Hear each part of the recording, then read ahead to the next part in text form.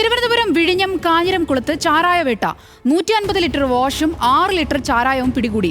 കാഞ്ഞിരംകുളം സ്വദേശി അയ്യപ്പനെ എക്സൈസ് കസ്റ്റഡിയിലെടുത്തു. ഓണക്കാലത്തെ കച്ചവടത്തിനാണ് ചാരായം ഉണ്ടാക്കിയതെന്ന് അയ്യപ്പൻ എക്സൈസിനോട് പറഞ്ഞു.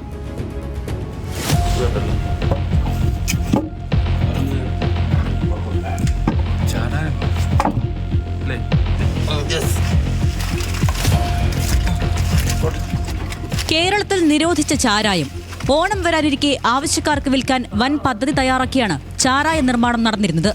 150 ലിറ്റർ വാഷ്, 6 ലിറ്റർ ചാരായം, വാറ്റാൻ ഉപയോഗിക്കുന്ന ഉപകരണങ്ങൾ എന്നിവയാണ് എക്സൈസ് സംഘം കണ്ടെടുത്തത്. ഓണം സ്പെഷ്യൽ ഡ്രൈവിന്റെ ഭാഗമായി നെയ്യാറ്റിൻകര എക്സൈസ് സർക്കിളും സംഘവും നടത്തിയ പരിശോധനയിലാണ് വ്യാജ ചാരായ നിർമ്മാണം കണ്ടുപിടിച്ചത്.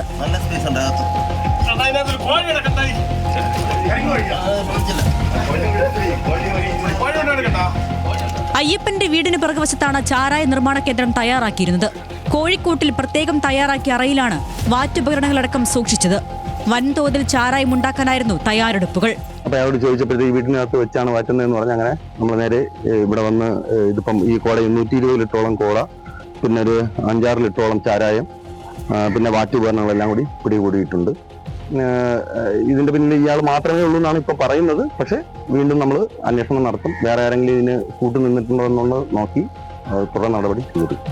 ഓണക്കാലത്ത് തന്നെ സമീപിക്കുന്നവർക്ക് വിൽക്കാനാണ് ചാരായം ഉണ്ടാക്കിയതെന്ന് അയ്യപ്പൻ എക്സൈസിന് മൊഴി നൽകി. ഒരു കുപ്പി ചാരായത്തിന് 2000 രൂപ വരെ ലഭിക്കുമെന്നും അയ്യപ്പൻ പറഞ്ഞു. അതിഥി തൊഴിലാളികളുടെ ക്യാമ്പുകളിലും ചാരായത്തിന് ആവശ്യക്കാരേറെയുണ്ട്.